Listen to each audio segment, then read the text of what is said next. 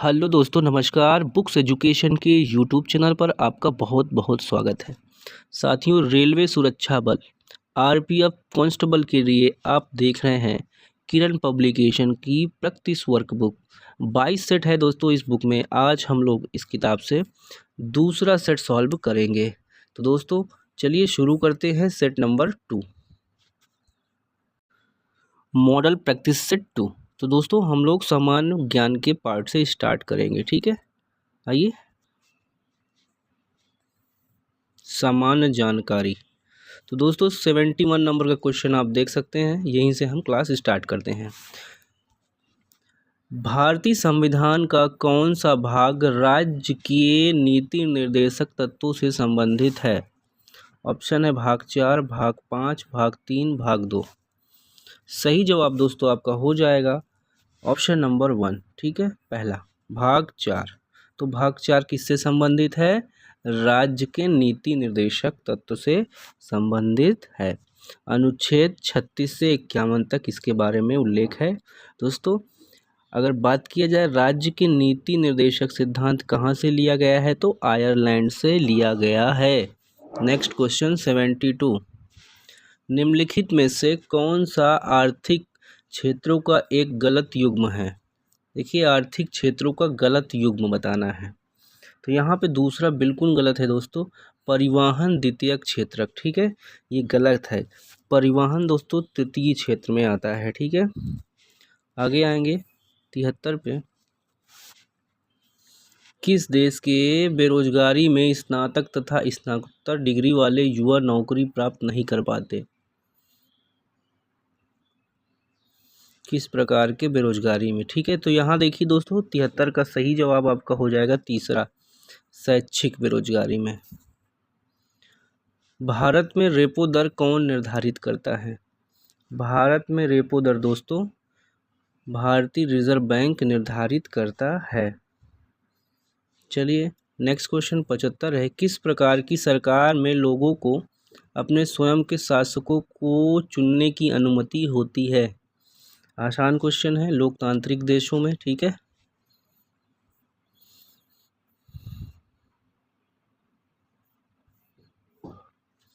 भारतीय संविधान के अनुसार देखिए दोस्तों ये प्रश्न, किस परिस्थिति के अंतर्गत अभिव्यक्ति की स्वतंत्रता नागरिकों से छीन ली जाती है? ऑप्शन है कारावास, निषेधाधिकार, वीटो, तख्ता पलट या सेंसरशिप। सही जवाब यहाँ होगा चौथा, सेंसरशिप में। क्वेश्चन नंबर 77, इनमें से कौन संसद का एक हिस्सा है लेकिन दोनों सदनों में किसी का सदस्य नहीं है? दोस्तों आपको पता होगा यहाँ पे भारत के राष्ट्रपति, ठीक है।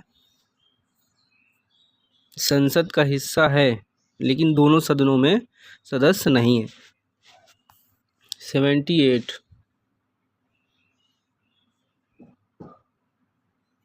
भारतीय संविधान का कौन सा अनुच्छेद संसद को संविधान का संशोधन करने की शक्ति देता है? इसका उत्तर होगा चौथा ऑप्शन दोस्तों, अनुच्छेद 368। आगे चलेंगे 79 की तरफ। देखिए, चंद्रगुप्त मौर्य के दरबार में पश्चिम एशिया के यूनानी राजा सेलुकस निकेटर द्वारा भेजा गया राजदूत कौन था? इसका उत्तर हो जाएगा दोस्तों तीसरा ऑप्शन, मेगास्थनीज, ठीक है, तीसरा ऑप्शन सही हो जाएगा।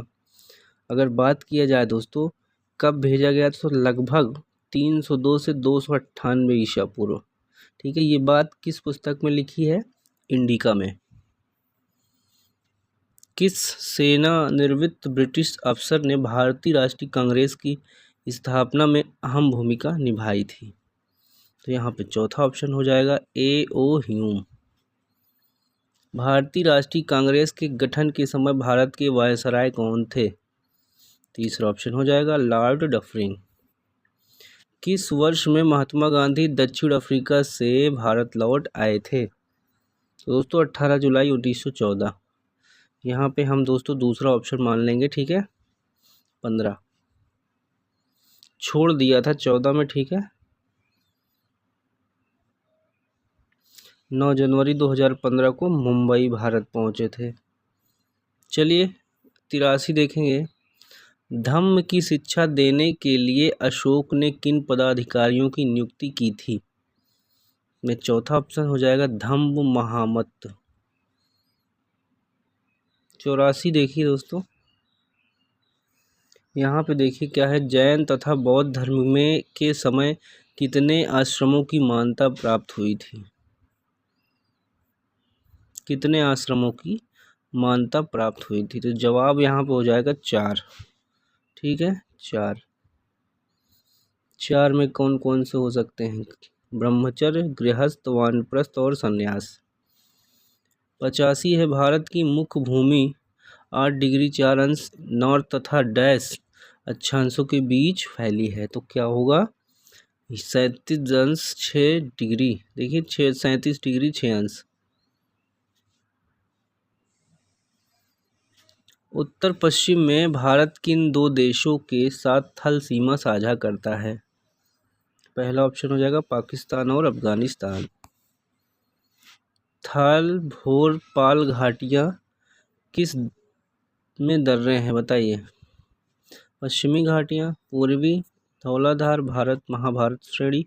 तो सही जवाब पहला हो जाएगा पश्चिमी घाटियाँ। निम्नलिखित में से कौन सा हिमालय की नदियों के बारे में सत्य नहीं है? तो देखिए दोस्तों, यहाँ पे दूसरा, वे केवल वर्षा से पानी प्राप्त करती हैं। तमिलनाडु के तट डैश अपनी कुल वर्षा का एक बड़ा हिस्सा प्राप्त करते हैं। तो 89 में सही जवाब हो जाएगा अक्टूबर से नवंबर में। ठीक है, कुल वर्षा का एक बड़ा हिस्सा प्राप्त करते हैं। 90 है, निम्नलिखित में से कौन सा भारत में सबसे महत्वपूर्ण अभ्रक युक्त पैग्माटाइट संपन्न राज्यों में से नहीं है? बताइए किस राज्य मतलब नहीं प्राप्त होता? तो इसका जवाब होगा दोस्तों चौथा ऑप्शन जम्मू कश्मीर। मापन का अर्थ किसी अज्ञात मात्रा की तुलना कुछ निश्चित ज्ञात मात्रा के साथ होता है, जिसे क्या कहा जाता है? जिसे इकाई कहा जाता है। सूरज की तरह स्वयं से प्रकाश का उत्सर्जन करने वाली वस्तुएं क्या कहलाती हैं? तो 92 का देखिए क्या हो जाएगा, 92 का आपका सही उत्तर हो जाएगा ऑप्शन नंबर दूसरा। ठीक है, प्रकाशमान वस्तुएं। विद्युत सेल की धातु की टोपी आमतौर पर विद्युत सेल का देखिए डैश टर्मिनल है। कैसा टर्मिनल है? पॉजिटिव टर्मिनल है। निम्नलिखित में से कौन सा रोग विषाणु युक्त, ठीक है, वायरस के कारण नहीं होता?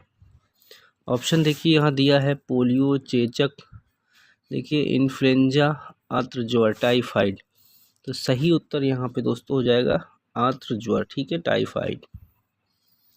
एक इमारत में ईंटें जीवों में किसके समान है? कोशिकाओं के, ऊतकों के, अंगों के या ग्रंथियों के? तो सही जवाब यहाँ पे दोस्तों क्या हो जाएगा ऑप्शन नंबर पहला, कोशिकाओं के। पदार्थ जो आमतौर पर स्वाद में कड़वे होते हैं तथा छूने पर साबुन से प्रतीत होते हैं, क्या कहलाते हैं? 96 का 2 हो जाएगा क्षारक। 97 है, कुछ समय के लिए खुले में छोड़े गए लोहे के एक टुकड़े पर भूरे रंग का झिल्ली के रूप में अर्जित पदार्थ क्या कहलाता है? तो जंग लग जाती है। ठीक है, आगे देखेंगे। सेल्यूलोज डैश का एक बहुलक है। किसका बहुलक है दोस्तों? तो ग्लूकोज का बहुलक है। 99, धुएं तथा कोहरे से बनी वातावरण में कोहरे की तरफ परत क्या कहलाती है? धुंध, स्लॉग, एरोसेल, सस्पेंशन। पहला हो जाएगा धुंध। 100 है, एक जलीय पिरामिड तंत्र में संख्या का पिरामिड क्या होता है? दूसरा ऑप्शन यहाँ सही हो जाएगा, सदैव सीधा होता है। चलिए दोस्तों 101 पे आएंगे। देखिए WHO 2023 ग्लोबल टीबी रिपोर्ट के अनुसार 2022 में दुनिया में तपेदिक टीबी के सबसे अधिक मामले किस देश में हैं? 101 का उत्तर हो जाएगा तीसरा, भारत में। ठीक है, 27% देखा जाए तो यही है हमारे देश में। बैंगनी क्रांति, पर्पल रिवॉल्यूशन जिसे जम्मू कश्मीर में शुरू किया गया था को किसके रूप में जाना जाता है?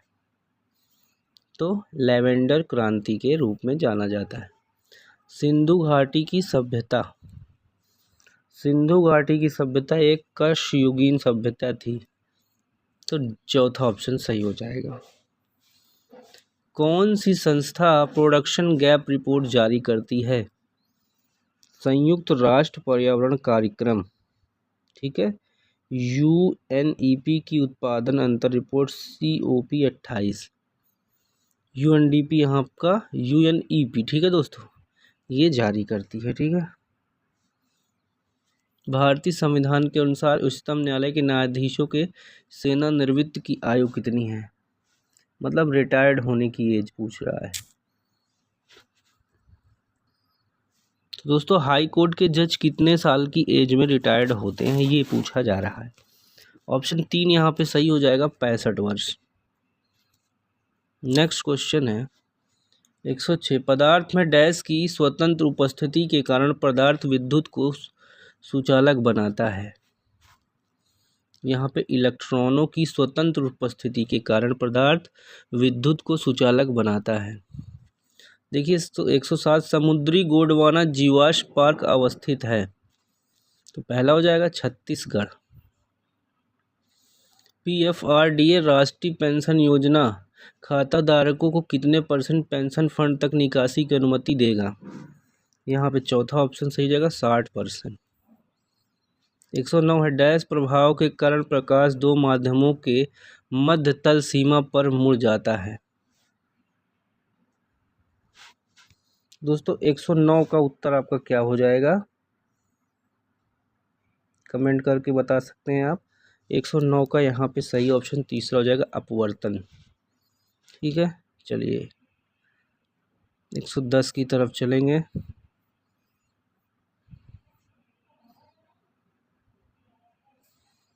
स्वतंत्रता सेनानी भगत सिंह, राजगुरु और सुखदेव को किसकी हत्या के लिए फांसी दी गई? यहाँ पे पहला ऑप्शन सही हो जाएगा, JP सैंडर्स। भूकंप विज्ञानी किस आधार पर बड़े भूकंप होने की संभावना की भविष्यवाणी नहीं करता है? 111 में तीसरा, ग्रहों की स्थिति में। निम्नलिखित में से किसने भारत के वित्त मंत्री के रूप में कार्य किया है? तो दोस्तों 112 में पहला हो जाएगा, प्रणब मुखर्जी। 113 है, भोजन के संबंध में गलत कथन की पहचान करें। तो यहाँ पे पहला ऑप्शन हो जाएगा, यह एक अकार्बनिक पदार्थ है। भारत का राष्ट्रीय गीत वंदे मातरम किस भाषा में लिखा गया है? तो दोस्तों यहाँ पे आपके चौथा प्रश्न हो जाएगा, वंदे मातरम देखिए किस भाषा में लिखा गया है। तो पढ़ा होगा दोस्तों आपने, वंदे मातरम संस्कृत में लिखा गया है।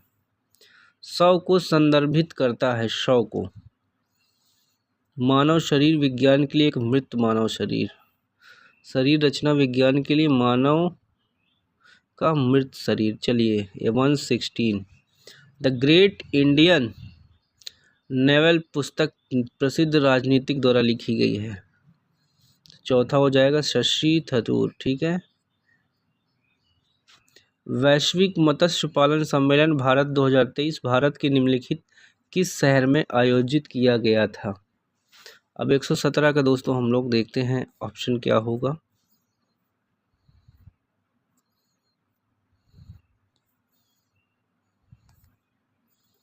तो 117 में आपका सही ऑप्शन हो जाएगा दूसरा, ठीक है, अहमदाबाद। इसरो का वाणिज्यिक और विपणन शाखा बताना है। सही जवाब होगा दोस्तों पहला, एट्रिक्स निगम लिमिटेड। प्रति इकाई क्षेत्र में व्यक्तियों की संख्या डैश से माप की जाती है। तो 119 में जनसंख्या घनत्व हो जाएगा।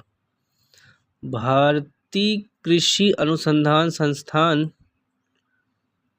IARI ने पराली जलाने से निपटने के लिए धान की कौन सी किस्म विकसित की है? तो दूसरा हो जाएगा, पूसा 2090। तो दोस्तों ये दूसरा सेट हम कंप्लीट कर लिए हैं। दोस्तों अगर आप चैनल पे पहली बार आए हैं तो चैनल को सब्सक्राइब कर लीजिए और वीडियो को अपने दोस्तों तक शेयर कर दीजिए दोस्तों, ज़्यादा से ज़्यादा हमारी मदद हो सके। ठीक है, चलिए दोस्तों PDF टेलीग्राम पे शेयर होगा, वहाँ पे आपको मिल जाएगा। धन्यवाद। अगली क्लास दोस्तों 2 घंटे बाद आपको मिल जाएगी। ठीक है, जय हिंद।